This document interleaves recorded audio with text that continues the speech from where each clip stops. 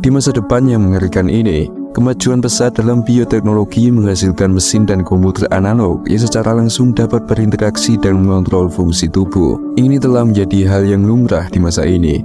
Pada saat yang sama, umat manusia sendiri telah mengalami beberapa perubahan biologis pada tubuh mereka yang penyebabnya masih menjadi misteri.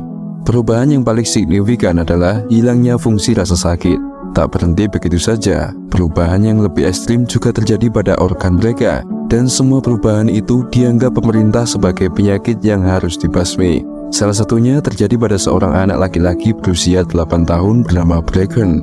Diperlihatkan bahwa dirinya sedang bermain-main di dekat pantai. Dari jauh, di laut, sebuah bangkai pesawat futuristik tampak tergeletak di air. Di sana, ibu Bracken nampak memantaunya di balkon rumah, menghadap ke pantai dan memberitahu anaknya itu bahwa dia tak boleh memakan apapun yang dia temukan di pantai. Setelah bermain di sana, Bracken langsung pulang dan menyikat giginya. Setelah itu dia meludah ke dalam tong sampah plastik di toilet. Namun tak lama kemudian, bocah ini malah memakan tong plastik itu. Dia mengunyahnya dengan sepenuh hati, dan ibunya hanya bisa melihatnya dari belakang. Ibunya tak mengatakan apa-apa. Dia hanya menemani Bracken menuju ke tempat tidurnya. Tak lama setelah anaknya itu tertidur lelap, ibu mendatanginya sembari membawa bantal di tangannya. Dia langsung mencekiknya dengan bantal itu. Tentu Bracken langsung kesulitan bernapas dan berteriak memanggil ibunya. Tapi ibu malah menekan bantal ke wajahnya lebih keras lagi sampai dia tewas.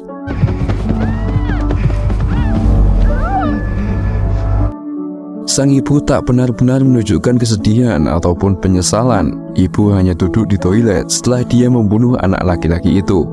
Dia mengambil telepon, lalu dia menelpon mantan suaminya yang bernama Lang, mengatakan padanya bahwa anak mereka telah mati dan dia akan segera pergi meninggalkan mayat anak laki-laki itu sendirian di rumah pantainya. Sang ibu hanya menyuruh Lang untuk segera menjemput mayatnya. Ibu dengan dendam juga mengatakan bahwa dia tak menganggap Bracken sebagai anak mereka karena dia adalah makhluk yang menjijikkan. Anak mereka memiliki kelainan di mana dia hanya bisa memakan plastik. Maka dari itu sang ibu telah lama menganggapnya sebagai monster. Namun setelah berkata seperti itu, ibu mendadak emosional. Dia menangis seakan baru sadar bahwa dia telah membunuh anaknya sendiri.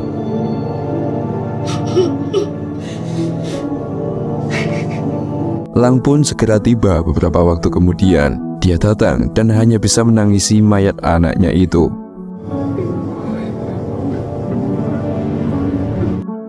Tempat lain diperlihatkan seorang pria bernama Saul yang sedang tidur di dalam alat aneh seperti kepompong. Beberapa kabel besar mirip daging juga terhubung ke tubuhnya. Dijelaskan bahwa mesin ini digunakan untuk membuatnya tetap bertahan hidup karena dia mengidap penyakit evolusi di mana organ-organ baru terus tumbuh di tubuhnya. Istrinya yang bernama Caprice tampak masuk ke dalam kamar dan membangunkannya. Di sini Saul pun bangun, lalu dia mengatakan bahwa ada sesuatu yang salah dengan mesin dan tubuhnya karena dia mendadak merasa kesakitan sepanjang malam. Caprice memberitahunya bahwa tes penelitian yang mereka lakukan tadi malam menunjukkan bahwa Saul sedang menumbuhkan organ baru di dalam tubuhnya yang mungkin menjadi alasan dia mengalami rasa sakit sepanjang malam. Selanjutnya, Caprice memasukkan selang hitam ke dalam perut Saul untuk melihat lebih mendetail tentang organ baru yang tumbuh itu. Caprice tak yakin untuk mengatakannya, tapi menurutnya organ yang tumbuh itu mirip dengan kelenjar. Ini menjelaskan bahwa penyakit Saul terus mendorong tubuhnya untuk terus melakukan regenerasi organ sisa atau organ yang pernah berfungsi di dalam tubuhnya. Namun organ yang diregenerasi secara alami itu gagal fungsi karena perubahan evolusi pada tubuhnya. Intinya, organ baru itu malah merugikan seperti halnya kanker atau tumor. Sebagai mantan ahli bedah, Caprice pun harus memotong organ itu. Selama ini, karena tubuhnya organ baru yang konsisten pada tubuhnya, Saul sering menderita berbagai masalah pencernaan dan paru-paru, sehingga ia membutuhkan bantuan mesin. Contohnya, Saul perlu diikat ke mesin lain yang menyerupai kursi aneh. Alat itu membantunya makan. Namun ini sangat menyiksa dan Saul merasa bahwa aktivitas makannya tak lagi menyenangkan. Pada malamnya, Caprice memutuskan untuk membawa Saul ke kantor pendaftaran organ nasional untuk meminta izin pembedahan tubuh Saul. Di tengah jalan, mereka juga berpapasan dengan Lang. Di dalam kantor itu, mereka bertemu dengan kepala kantor, yakni Wibert, dan rekannya, yakni Tim Lin. Whippet menjelaskan bahwa pemerintah semakin prihatin dengan seni modifikasi organ manusia dalam beberapa tahun terakhir. Beberapa komunitas sengaja memodifikasi organ mereka demi ketenaran. Mungkin itu terjadi karena sudah banyak manusia yang tak bisa merasakan sakit lagi, sehingga mereka dapat membedah tubuh sesukanya. Siapapun yang akan membedah maupun merubah organnya wajib diberi tanda berupa tato pada organ yang dirubah. Hal ini dilakukan untuk memudahkan melacak perubahan organ pada tubuh manusia. Timlin yang tampak gugup dan gelisah bertanya kepada Gabrys tentang organ baru yang terus muncul di tubuh Saul. Dia juga bertanya mengenai latar belakang mereka. Gabrys menjawab bahwa mereka adalah pasangan artis di sebuah pertunjukan live. Pertunjukan mereka berubah sebuah konten yang menunjukkan operasi pengangkatan organ baru yang tumbuh di dalam tubuh Saul, di mana mereka juga kerap menggunakan alat rumit selama pertunjukan. Pertunjukan mereka itu dilakukan secara live di hadapan penonton. Bahkan mereka telah melakukan live ini ratusan kali karena organ baru terus saja tumbuh di tubuh Saul. Walaupun begitu, Saul juga rela melakukannya karena dia sudah berdamai dengan kondisinya dan mereka menganggapnya sebagai seni. Gabrys pun bercerita bahwa dia dan Saul pertama kali bertemu ketika Saul masih menjadi tentara, dan ketika itu kebetulan dia sedang terluka. Karena Gabrys adalah seorang ahli bedah, mereka pun bersatu. Mereka berdua akhirnya menjalin hubungan sampai menemukan obsesi baru terhadap seni organ. Setelah mendengar cerita Gabrys ini, Timlin dan Whippet mulai memeriksa Saul yang ketika itu sudah terbaring di meja. Mereka berdua berlanjut memeriksa organ yang baru bertunas dengan alat yang sama seperti yang dipakai oleh Gabrys.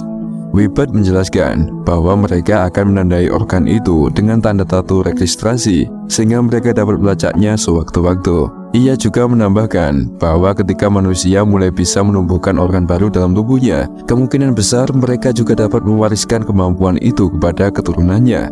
Pemerintah kini menginginkan agar registrasi organ dilakukan lebih ketat, karena seseorang maupun keturunan yang memiliki masalah seperti Saul bisa dibilang bukan manusia, melainkan monster.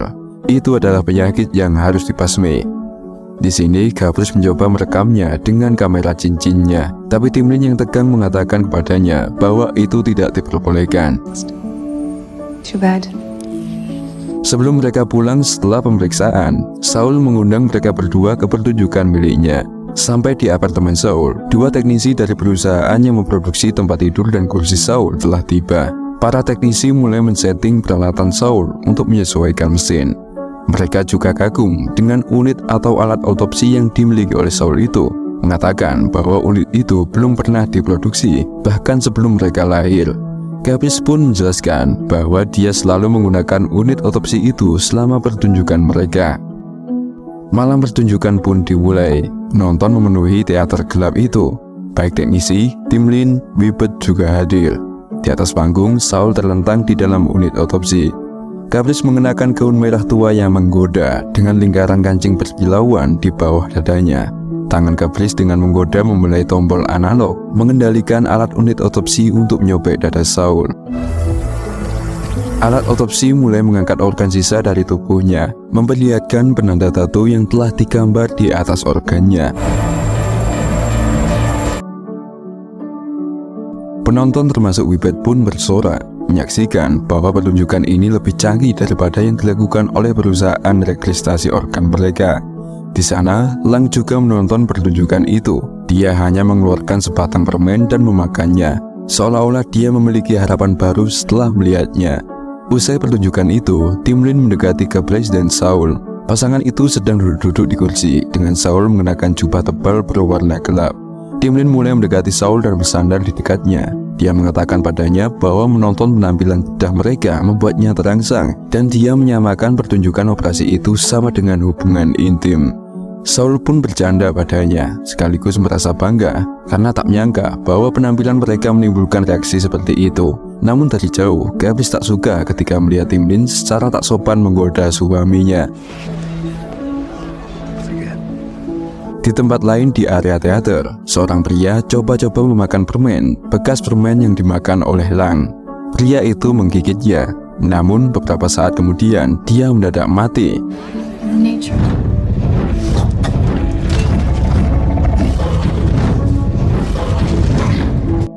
Sementara di lain sisi, Timlin dan Whippet diwawancarai oleh seorang detektif dari Departemen Kepolisian. dia tertarik dengan apa yang dialami Saul. Detektif itu tak terlalu percaya bahwa apa yang dilakukan Saul dan Keblaze adalah sekedar seni. Dia menuduh bahwa Saul sengaja memodifikasi tubuhnya untuk tujuan lain. Namun tim Lin membela Saul, mengatakan bahwa Saul terbukti berhasil mengendalikan penyakitnya melalui seni pembedahannya itu. Itu adalah penyakit alami, bukan sesuatu yang dibuat-buat. Mipet juga mengemukakan pendapatnya bahwa Saul benar-benar menumbuhkan organ baru di dalam tubuhnya. Level, perhaps a subconscious one. Keesokan paginya, Saul dan Keblaze menemukan bahwa dia sudah menumbuhkan organ baru. Biasanya waktu pertumbuhan lebih panjang, namun belakangan ini perkembangannya semakin cepat. Saul senang mengetahui hal ini, lalu dia mengatakan bahwa mereka berdua hanya perlu melakukan lebih banyak lagi pertunjukan. Saul berlanjut menghadiri pertunjukan sesama artis dan seniman. Sosok laki-laki keluar, di mana dia menunjukkan telinga yang tumbuh di sekujur tubuhnya. Telinga-telinga itu tampak seperti jamur, dan tubuhnya seperti batang pohon.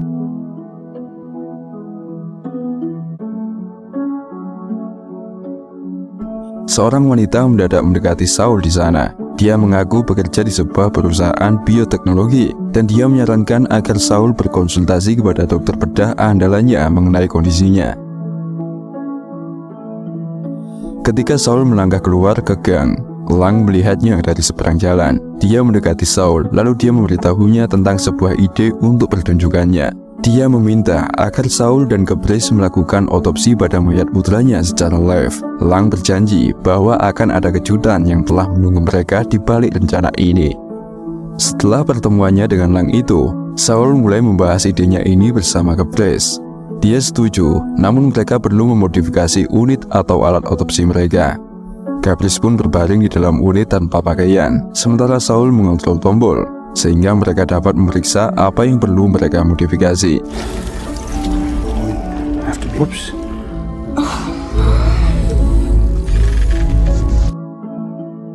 Malamnya, Saul diam-diam menyelinap keluar dari apartemennya, dan secara mengejutkan, dia bertemu dengan detektif kepolisian.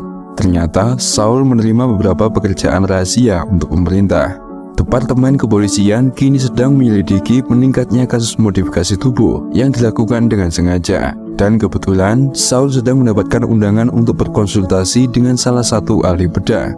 Detektif setuju bahwa dia harus mengikuti arus mereka untuk melacak mereka. Selain itu, detektif meminta agar Saul menghampiri sosok ibu yang membunuh putranya di awal film tadi, yang kini sedang ditahan. Di sisi lain, kedua teknisi mengunjungi apartemen lagi untuk mengubah dan men-setting unit otopsi. Sementara Saul berlanjut mengunjungi undangan dokter bedah yang merekomendasikan agar dia memasang resleting di perutnya, sehingga dia dapat dengan mudah menunjukkan kepada orang-orang organ sisa yang dia kembangkan. Selain itu, sang ahli bedah juga mengundang Saul untuk menjadi kontestan di sebuah kontes underground ilegal bagi orang-orang yang ingin memamerkan organ tubuhnya yang sedang tumbuh. Saul setuju, lalu dia mulai memasang resleting di perutnya. Dia sangat takjub dengan skill para pembedah ilegal ini. Sesampainya di rumah, dia menunjukkan modifikasi barunya pada Keblaze. Istrinya langsung berlutut, lalu dia memijat organ perutnya itu dengan lidahnya. Di sini menunjukkan bahwa manusia telah memiliki orientasi intim baru, yakni dengan menikmati keindahan organ tubuh. Di hari berikutnya, Saul pergi ke penjara untuk berbicara dengan ibu anak laki-laki yang meninggal itu. Dia bersikeras bahwa putranya bukanlah manusia, melainkan monster yang sengaja diciptakan oleh Lang, yang juga merupakan bagian dari kelompok evolusionis radikal. Semua anggota kelompok evolusionis ini sengaja memodifikasi sistem pencernaan mereka, sehingga mereka bisa menelan plastik ataupun limbah kimia sejenisnya. Permen batangan yang dimakan oleh Lang saat pertunjukan sebenarnya terbuat dari limbah beracun. Itulah sebabnya pria lain mendadak meninggal setelah memakannya.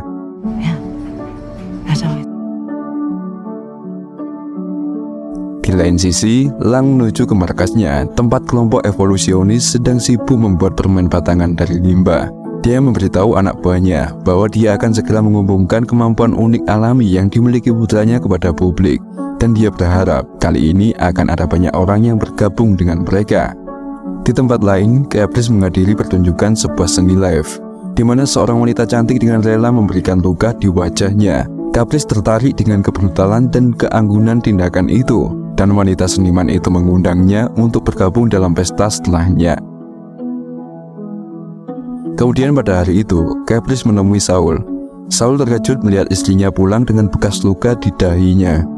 Caprice mengatakan kepadanya bahwa dia ingin menjadi lebih terbuka dan berani sebagai seorang seniman. Caprice memohon kepada Saul agar dia bisa memimpin pertunjukan otopsi yang akan mereka lakukan esok. Saul berlanjut mengunjungi kantor pendaftaran organ pemerintah untuk meminta izin pembedahan yang akan dia lakukan. Di sini Whippet mengungkapkan bahwa dia juga telah lama terlibat dalam pertunjukan organ ilegal itu. Whippet juga memberitahu Saul bahwa dia memiliki peluang besar untuk menang di kontes pameran organ ilegal itu.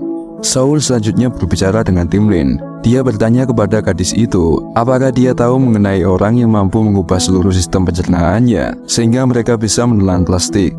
Timlin menjawab bahwa selama karirnya sebagai ahli bedah, dia tak pernah menemui hal-hal seperti itu. Menurutnya, perubahan organ hanya akan berujung pada kematian. Setelah berbincang-bincang, Timlin yang dari awal naksir dengannya mencoba merayu Saul dengan gairahnya. Tapi Saul menolak ajakannya karena hormonnya yang buruk. Hal ini membuatnya tak tahan lama dalam berhubungan. Sampai esok malamnya, Caprice dan Saul bertemu dengan Lang untuk membahas acara otopsi putranya. Namun Caprice khawatir dan merasa iba jika dia harus membelah mayat anak laki-laki itu di depan umum. Namun Lang menegaskan bahwa ia perlu menjelaskan kepada publik untuk menentang upaya pemerintah dalam menindak kasar para evolusionis. Lang tahu bahwa Saul telah menghabiskan hidupnya di kursi dan tempat tidur yang menyiksa karena organ-organ baru tumbuh di dalam dirinya. Tapi sebenarnya itu semua adalah proses alami yang tidak bisa dihalangi. Lang berlanjut mempersembahkan permen batangan buatannya sebagai solusi untuk masalah pencernaan Saul. Lalu dia mengatakan bahwa tubuhnya telah berevolusi karena perubahan drastis lingkungan di bumi ini. Jika itu benar, maka Saul mampu menelan limbah plastik beracun itu untuk bertahan hidup. Tak begitu yakin dengan ucapannya itu, Saul hanya mengambil permen itu untuk dia simpan. Di sini Saul juga mulai bingung, apakah organ baru yang tumbuh di tubuhnya ini merugikan atau menguntungkan. Saul kembali bertemu dengan detektif. Misi baru yang ditugaskan kepada Saul adalah menyusup ke kelompok evolusionis Lang. Kini pemerintah sangat memantau mereka karena kelompok evolusionis itu dinilai sudah menyimpang dari kemanusiaan dan dianggap membahayakan kesehatan. Sementara kedua teknisi wanita Saul mengetuk pintu dokter bedah. Mereka memberitahunya bahwa mereka berdua ada di sana untuk mengkalibrasi ulang kursi makannya yang kebetulan mirip dengan yang digunakan oleh Saul. Namun sebenarnya mereka dikirim ke sana untuk membunuh ahli bedah itu. Para teknisi itu langsung menyiksanya, lalu meninggalkannya begitu saja di kursi makan. Sementara, setelah pertemuan rahasia dengan detektif, Saul mengajak Caprice untuk bertemu lagi dengan Lang. Kali ini, Lang memberitahu lebih banyak tentang grup itu. Lang mengungkapkan bahwa mereka memiliki jaringan organisasi evolusionis yang luas di seluruh dunia, di mana mereka semua percaya bahwa tubuh manusia harus berevolusi untuk mengimbangi keruntuhan peradaban yang disebabkan oleh teknologi modern. Sebagai tanda dari keyakinan mereka, mereka semua menjalani operasi bertahap untuk membuat sistem pencernaan mereka mampu mencerna sampah plastik sekaligus limbah beracun sebagai makanan, dan terbukti mereka semua mampu mencerna plastik dengan aman. Lang percaya bahwa anaknya yang meninggal itu adalah istimewa karena ia adalah manusia pertama yang lahir dengan sistem pencernaan alami yang mampu mencerna plastik tanpa harus dimodifikasi lagi. Lang ingin menunjukkannya kepada dunia sebagai simbol pengharapan bagi manusia yang tubuhnya telah berevolusi. Sweet and real. Di sini pertunjukan pun dimulai. Mayat anak laki-laki itu ditempatkan di dalam unit otopsi, dipresentasikan kepada penonton bersamaan dengan Caprice yang memberikan narasi yang emosional. Saul mengendalikan mesin dan mulai membelah tubuh anak itu. The scene for oneself. Whippet dan kedua teknisi kembali hadir di antara penonton. Tapi setelah mereka membuka dan memperlihatkan perut anak laki-laki itu, sistem pencernaannya tampak seperti manusia normal. Hanya ada bagian kecil organ-organ yang berubah. Ditambah lagi ada tato yang tertulis di perutnya yang menjelaskan bahwa organ anak itu telah dimodifikasi. Lang pun kecewa, langsung meninggalkan teater sambil menangis. Meski tak seperti yang mereka harapkan, Caprice mencoba membelanya. Lang kemudian duduk di tangga sambil menangis. kedua teknisi tadi mendadak muncul di belakangnya dan dengan cepat mengebor kepalanya untuk membunuhnya.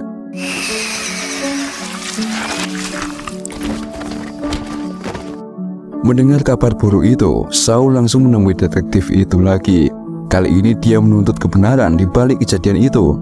Detektif itu mengaku bahwa jauh sebelumnya, Timlin telah dia tugaskan untuk mengganti sistem pencernaan alami anak laki-laki itu dengan sistem pencernaan manusia normal. Dia melakukan itu untuk menutupi kebenaran bahwa evolusi alami tubuh manusia memang benar-benar ada. Alasan lain Timlin begitu semangat melakukan pekerjaan itu adalah karena ia ingin merebut Saul dari Gabris. Di sini Saul mengatakan bahwa dia lebih menghargai perjuangan Lang, yang mengungkapkan bahwa Saul kecewa dengan sandiwara polisi dan penindasan pemerintah. Dalam hatinya, Saul bertekad tak akan lagi bekerja sama dengan polisi. Esok harinya, Saul semakin sakit dan lemah. Dia semakin kesulitan untuk hidup dan memilih untuk mencoba salah satu permen batangan yang dibuat oleh Lang. Gabris merobekkan kemasannya dan memberikannya padanya. Beberapa saat setelah dia menelan gigitan pertama permen plastik itu, rasa sakitnya mendadak menghilang. Artinya, tubuhnya benar-benar berevolusi untuk mampu mencerna permen batangan beracun itu. Ternyata, selama ini, organ-organ baru yang tumbuh di tubuhnya merupakan evolusi agar dia bisa mencerna plastik. Tapi, karena pemerintah menganggapnya sebagai penyakit, Saul terpaksa terus memotong organ-organ barunya itu yang hanya memperburuk kesehatannya. Di sini, film pun berakhir dengan Saul yang bahagia. Akhirnya, dia menerima bahwa Lang dan kelompoknya memang benar. Saul tak mengidap penyakit, namun hal ini merupakan harapan evolusi bagi umat manusia di masa depan. Oke guys, begitulah seluruh alur film Crime of the Future tahun 2022. Semoga terhibur dan terima kasih telah menonton.